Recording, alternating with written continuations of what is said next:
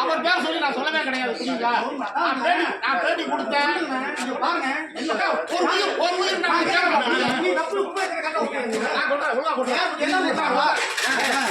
சும்மா பேசுறேன். நான் மூஞ்சில் முடிச்சேன்.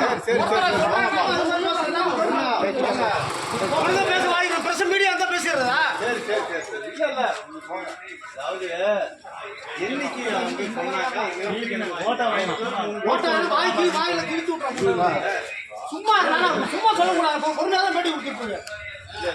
பார்த்தா இங்க அத்தனை பப்ளிக்கும் பேசணும். ஒருத்த பேச போதாது. அப்ப அவங்கெல்லாம் சாட்சியா